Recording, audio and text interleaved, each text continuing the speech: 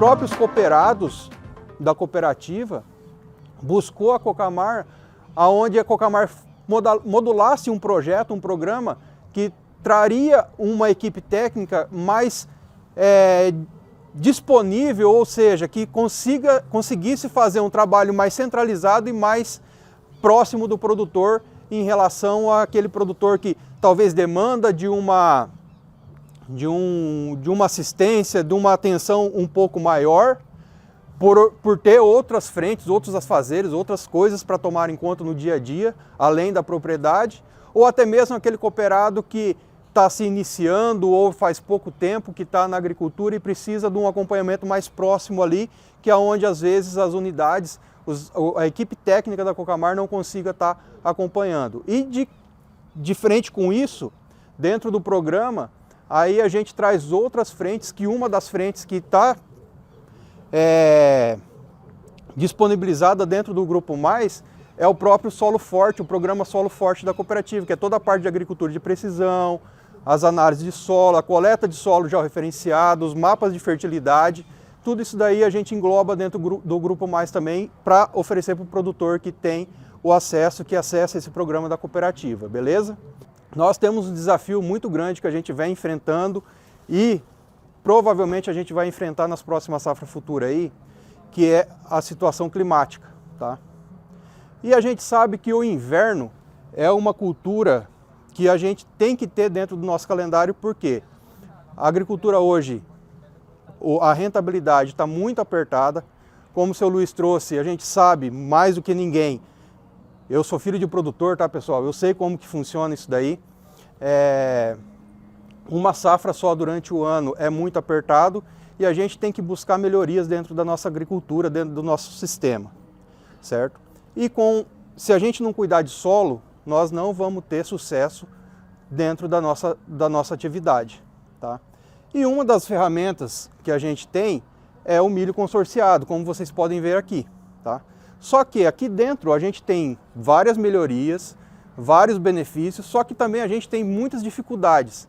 Como aqui a gente tem alguns agrônomos, por exemplo, o Fernando Secato, que está aqui, que trabalha com muita maestria esse sistema lá na região dele, que é de Iporã.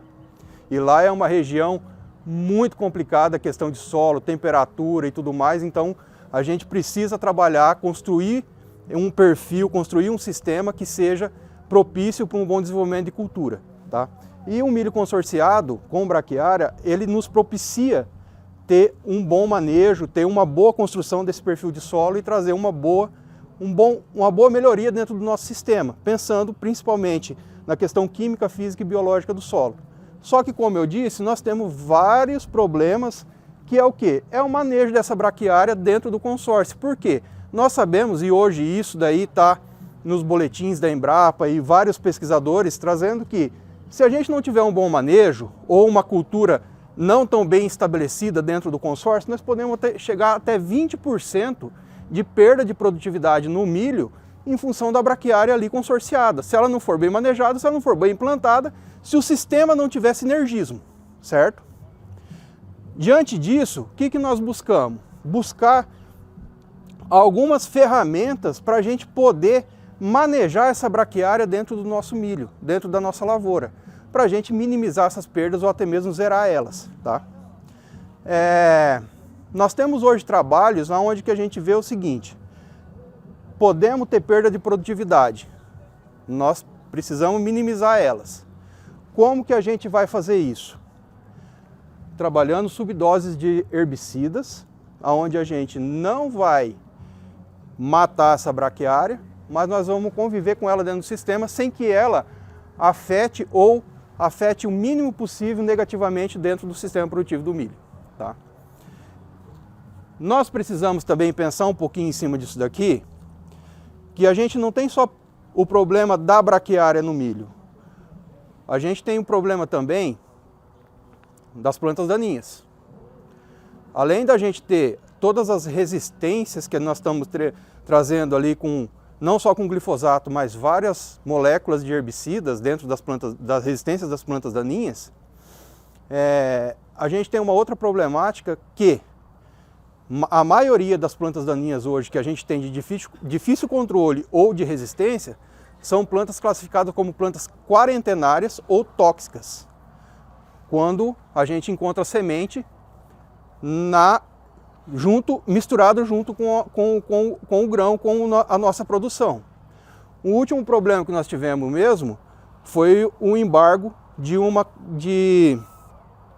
importação de milho, no caso que nós exportamos para a China, com semente de sorgo alepensis e almo. O que é isso? É a famosa vassourinha que nós temos no meio do milho, que é o principal calcanhar de Aquiles quando a gente pensa no consórcio. Ela não é uma cultura, ela não é uma planta daninha que está apresentando resistência a herbicida, mas quando a gente trabalha com consórcio, por ela ser uma gramínea também, e a braquiária está ali no meio, qualquer dose de produto que nós trabalhar aqui pensando numa supressão de braquiária, se nós não tiver a consciência e o conhecimento até onde a gente pode ir para poder manejar essa planta daninha e manejar a braquiária, nós vamos estar acabando com o nosso sistema de consórcio, ou a gente não vai fazer o manejo e a gente vai ter o problema lá na frente. Tá? Então, muito em função disso, pensando no manejo da braquiária e pensando no manejo das plantas daninhas, nós testamos algumas doses de alguns produtos, em subdoses, é claro, para que a gente consiga fazer um bom manejo da braquiária e a gente consiga buscar um bom manejo dessas plantas daninhas também. Tá? Então aqui a gente trabalhou o quê? Nós trabalhamos com Calisto em 3 doses, Accent em 3 doses, Soberan em 3 doses e Zap-QI, que é o glifosato, em 3 doses. Vocês podem ver que são todas doses baixas ou subdoses, porque a gente precisa principalmente manejar e pensar no nosso sistema em manter a braquiária aqui dentro do sistema para ela trazer todos os benefícios que ela traz para nós, que é o acúmulo de matéria orgânica no solo, que é a cobertura de palhada, que é a supressão, nos ajudar a supressão dessas plantas daninhas e trazer um sistema mais protegido e mais sustentável para nós, principalmente para a próxima safra. Tá? Só voltando um pouco, temos trabalhos da Embrapa, que até foi desenvolvido aqui dentro da nossa UDT, que um sistema de milho consorciado, no primeiro e no segundo ano, nós podemos ter uma pequena perda de produtividade na cultura do milho. Porém, essa perda de produtividade é compensada no soja, e a partir do terceiro ano consorciado do sistema, essa perda já de produtividade na cultura de inverno, ela se estabiliza, não se existe mais isso, e a gente começa a ter um ganho de produtividade também no inverno, como a gente já teve no verão desde o primeiro ano. Tá? E isso nós temos comprovado, tanto nós do Grupo Mais como produtores que já estão há 4, 5 anos dentro desse sistema, como também o Fernando tem lá em Iporã, com produtores que fazem esse sistema lá também. Beleza? Então assim, ó, o que nós fizemos? Nós trabalhamos com Calista 80 ml por hectare, 160 ml por hectare e 250 ml por hectare, que é a mesotriona. Depois nós montamos 3 parcelas com Accent, que é o Nixofuron, a 6,5 gramas por hectare, 8,5 gramas por hectare e 12,5 gramas por hectare. E depois a Tembotriona, que é o Soberan, 25 ml, 40 ml, 75 ml. E depois, por último, o glifosato, que foi o Zap-QI, o produto comercial utilizado, a 165 ml, 248 ml e 330 ml por hectare. Certo? O que a gente preconizou para essas aplicações? O estágio de desenvolvimento da cultura e o estágio de desenvolvimento da braquiária. Tá? Por quê? O milho ele tem que estar no máximo a V5, V6 no estágio de desenvolvimento para a gente fazer essas aplicações. Porque não é somente o glifosato. Hoje, a maioria dos híbridos de milho nosso, eles são sensíveis a Nixofuron também. Tá? Porém, quando a gente trabalha com subdoses e sendo manejado dentro do estágio inicial até V4, V5 ali da cultura, essa interferência negativa na produtividade e no desenvolvimento da cultura, ele se anula. Tá? Só que a gente tem que tomar cuidado em relação a isso. Gente, cultura do milho. Não se mistura nitrogênio com aplicação. Ah, não é que eu vou colocar um nitrogenado líquido junto na aplicação. Não. Vou fazer uma cobertura e eu preciso fazer a aplicação. O que eu tenho mais condição? Eu tenho umidade para mim fazer essa cobertura? Eu faço a cobertura no mínimo a 7 a 10 dias para mim entrar com herbicida. Ou vice-versa. Ah, eu não tenho umidade suficiente para mim fazer a aplicação de cobertura, mas eu tenho umidade ainda que eu consigo fazer a aplicação do herbicida. Eu faço a aplicação do herbicida 7 a 10 dias para mim fazer a cobertura. Tá? Não se mistura. Por quê? Porque a gente pode ter uma interferência negativa e dar um efeito muito complicado e negativo dentro da cultura do milho. Então, põe uma coisa na cabeça de vocês, herbicida não se mistura com adubação nitrogenada na cultura do milho. E, na verdade, em cultura nenhuma. Por quê? Porque o nitrogênio ele é um carreador. Então, a gente potencializa 2 ou 3 vezes mais a absorção do produto, do herbicida, para dentro da cultura. Mesmo que a cultura ela é tolerante ou resistente ao herbicida, quando você potencializa a entrada desse produto, ele causa fitotoxicidade na cultura. Tá? A gente está buscando alternativas, tá? Mas eu acho que a gente tem que ser o mais técnico e o mais profissional possível. É recomendado fazer isso daqui numa área onde a gente já tem problema de plantas daninhas? Trazer um consórcio para dentro dessa área onde a gente tem um problema principalmente de pé de galinha? Não é. Por quê? Porque o que a pesquisa está trazendo para nós em relação a pé de galinha? Geralmente, essa planta de pé de galinha que ela traz uma resistência, por exemplo, a glifosato, ela tem a gente fala assim, ela tem uma resistência a glifosato e uma tolerância múltipla. Ela começa a ficar mais difícil a ser manejada com um graminicida ou com alguma outra molécula de herbicida. Ela começa a criar uma tolerância também. Então, a gente precisa, principalmente, antes de colocar um sistema desse dentro da nossa propriedade, a gente precisa procurar o nosso técnico e entender qual que é a visão agronômica da nossa área. Se eu tenho a capacidade, a possibilidade, se a minha área está preparada, principalmente pensando nessa situação de plantas daninhas que hoje é o calcanhar de Aquiles nosso na agricultura, se a minha área está preparada, se eu posso entrar com esse tipo de manejo ou não. Muitas vezes assim, até uma vez eu conversando com um professor de plantas daninhas, a gente discutindo, pé de galinha, o que eu vou fazer, eu tenho uma área consorciada, ou o produtor quer fazer um consórcio numa área que eu tenho com um problema de pé de galinha. O professor falou para mim assim, mas se o cara não deu conta nem de controlar o pé de galinha, a planta daninha da área dele, ele vai estar preparado para entrar num sistema de consórcio? Então, primeiro a gente prepara a nossa área. Depois a gente entra no sistema para melhorar ela em relação ao sistema produtivo. Porque se eu não estou dando conta de controlar a planta daninha da minha área, eu não estou preparado para entrar num sistema desse daqui, que é complexo, tá? E dá trabalho e tem que saber trabalhar. Precisa ter uma orientação muito boa em relação a isso daí. Tá? Ela vai ajudar muito a gente no manejo de plantas daninhas? Vai, por causa da supressão, cobertura de palhada, buva, trapoeraba e assim por diante. Ela dá uma ajuda na supressão. A gente tem que parar de pensar dentro da nossa propriedade, lavoura a lavoura separadamente. Nós precisamos pensar em sistema de produção. Nós não estamos fazendo esse sistema aqui pensando no milho. Nós estamos fazendo porque se a gente for pensar somente no milho e sistema aqui, sai fora. Isso aqui vai te tomar produtividade, vai te aumentar custo, vai te dar trabalho pra caramba, entendeu? Isso daqui, se você não manejar bem, ele vai te dar problema do início ao final, até a colheita, porque ele vai começar a embuchar a plataforma, vai virar desculpa a palavra, vai virar uma zona dentro da sua propriedade, na sua colheita, tá? Só que quando a gente começa a pensar em sistema, aí a gente começa a entender as coisas e a gente começa a mudar a nossa visão, e aí a gente começa a buscar ferramentas, que é o que nós estamos trazendo aqui, para a gente poder trabalhar com o manejo, certo? Porque o benefício disso daqui, é claro que dentro de uma cultura de milho, nós não vamos atingir, tá? Porque a gente trabalha com uma população, uma densidade populacional menor, ou seja, a gente trabalha com 40%, 50% da densidade populacional de uma braquiária solteira. Mas uma braquiária solteira, manejada ou com pastejo ou com um rolo faca, até eu gosto de usar muito uma fala eu falo assim, meu mestre, o Gessi Secom. A braquiária tem duas formas de manejo, rolo faca ou rolo vaca. Ou você pasteja ela ou você maneja ela.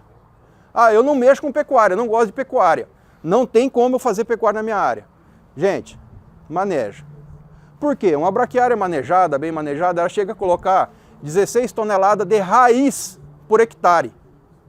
O que é isso? Isso aqui é ciclagem de nutriente. É pegando nutriente a 4, 5 metros de profundidade e jogando para cima. É formando matéria orgânica, é abrindo, é descompactação de solo, é entregando mais umidade no solo. A área consegue desenvolver melhor raiz na cultura subsequente, consegue absorver mais água, consegue ter mais disponibilidade de nutriente, você consegue buscar uma neutralidade e uma boa fertilidade no seu solo com mais facilidade. Tá? Quando ela não é manejada e ela fica ali somente solteira, fazendo cobertura, legal também. Só que essas 16 toneladas vai cair para 8, no máximo 10 toneladas por hectare de raiz. Então a gente demora um tempo maior para a gente buscar isso daí. Mas ela vai entregar o benefício também. Tá?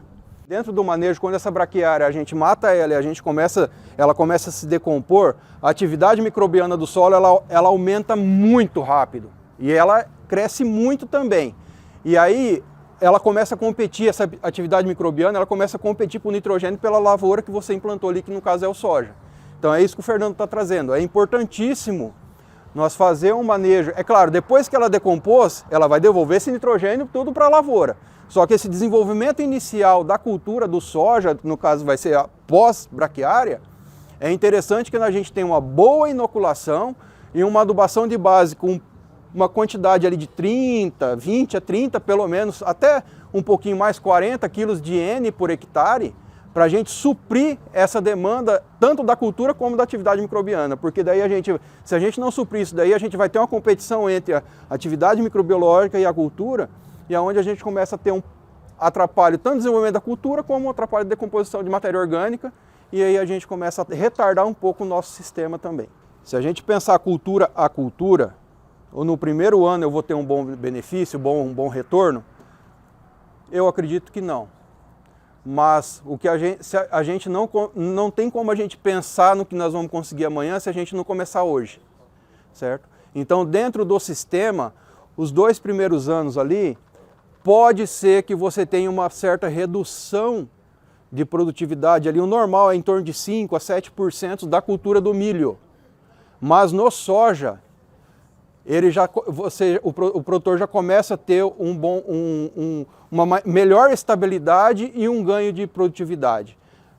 Em função dela estar entregando um melhor enraizamento para a cultura do soja e a hora que você maneja essa braquiária gramínea é o seguinte, a hora que você corta a parte aérea, ela perde raiz em proporção. Então essa raiz ela começa já a se decompor e formar matéria orgânica e disponibilizar nutriente. E o nutriente dela não é um nutriente mineral, é um nutriente orgânico, que a planta consegue absorver com muito mais facilidade e está muito mais prontamente disponível para a cultura. Tá? Então, assim, para a soja, a gente vai ter um ganho de produtividade já no primeiro ano. É claro, se tiver um ano redondinho de clima, legal, o ruim vai produzir bem também.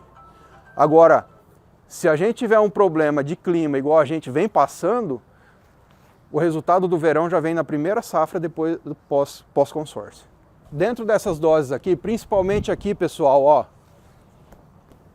Inicsulfuron, fala, pô, mas eu vou trabalhar com 6,5 gramas por hectare, isso daqui vai dar 15, 16 gramas por alqueire. Isso aqui eu não vou controlar nada. Tenho área comercial com problema seríssimo de vassourinha, tá? A gente com 20 gramas por alqueire, que dá 8 gramas, aqui 8,5 gramas por hectare, a gente não matou a vassourinha, só que ela não sementeou. Então, quer dizer, com o manejo que a gente trabalha em pré-emergência e o manejo de pós também da planta daninha no soja e mais esse manejo aqui dentro do milho, nós estamos começando a diminuir o banco de semente e começando a limpar a área. Ah, mas e a minha trapoeraba e a minha buva? Aí a supressão por cobertura, por excesso, por matéria orgânica e palhada, ela vai trazer um bom benefício também.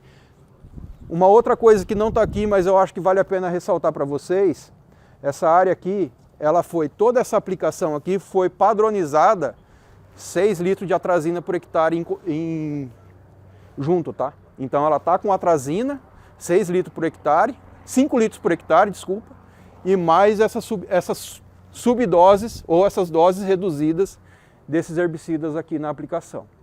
Porque a atrazina vem e me traz uma ajuda no manejo de folha larga aqui, tá bom? Aí a gente leva muito em consideração a análise crítica do quê? O que eu tenho? Eu preciso manejar uma nematóide, um fungo de solo, eu preciso colocar um pouco de nitrogênio no meu sistema, eu preciso trazer uma outra situação para dentro do meu sistema. Aí a gente tem vários mix, inclusive mix com braquiária no sistema, junto, que a gente consegue trazer essas vertentes para me contornar o problema que eu tenho dentro da área. Mas, pratilencos, braquiária, o correto seria o quê? Braquiária com Crotalaria expectabilis. O Croleuca juncia também vai te trazer um bom benefício? Vai, só que a expectabilis para pratilencos é a top que a gente tem no mercado hoje. Precisamos tomar um certo cuidado no que daí? População que a gente vai colocar de braquiária e população que a gente vai colocar de expectabilis. A expectabilis é uma planta baixa, tá? Então, se a gente carregar um pouco na população de braquiária, a braquiária vai fazer a supressão dela, ela não vai conseguir desenvolver. Então, a gente precisa ter esse olhar clínico para balançar, para fazer um balanceamento da população de braquiária e a população de Crotalaria para a gente não perder o efeito ou de uma ou de outra. Tá? E época de semeadura. Crotalaria, gente, e braquiária são culturas de verão que nós estamos trazendo e forçando ela a se adaptar para a entrada do inverno. Só que se a gente tiver um solo com temperatura abaixo de 15, 16 graus, esquece, vai jogar dinheiro fora, ela não vai germinar, ela não vai emergir. Tá? Mesma situação é as crotalárias. Podemos dar uma olhadinha ali?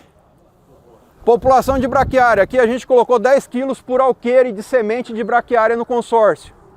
Tá? Então aqui não tem aplicação de supressão, somente a atrazina para controle de folha larga, soja tiguera e assim por diante. Zé, como é que foi plantada essa braquiária? Aqui é o seguinte, nós temos dentro da UDT, por ser uma área de experimentação, a gente tem a semeadeira de trigo, de folha de sementes finas. Então é passada a semeadeira semeando e já em sequência ali junto, no mesmo dia, na mesma operação, já entra o trator semeando o milho. Tá? Uma situação que até o nosso amigo Zanoli fala muito. Tudo que joga quebra. Semente não se joga, se semeia, se planta.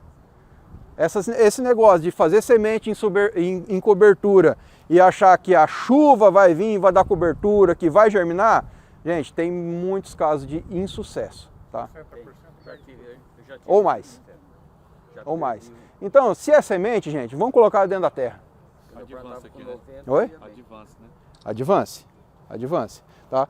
Então aqui é o controle, 10 kg por alqueire, 4 kg por hectare de semente. Tá? Aqui é o primeiro tratamento onde a gente trabalhou com dose de 80 litros de calisto por hectare, 80 ml. Tá? Vocês podem ver que já mudou bastante em relação ao que a gente tem ali. Tá? Só que tem coisas melhores para frente. Fazer ela intercalada, uma rua milho e uma braquiária. Aí independente, tá? Vai muito do... É que assim, ó, a gente não pode chegar num produtor e falar assim, ó, o senhor vai ter que comprar uma semeadeira, porque se o senhor quiser entrar no sistema vai ter que ser com a semeadeira. Não. A gente busca, nós da equipe técnica, nós buscamos ajustar o manejo, ajustar a operação de acordo com o que o produtor tem disponível. Vou fazer intercalar de 90? É possível fazer.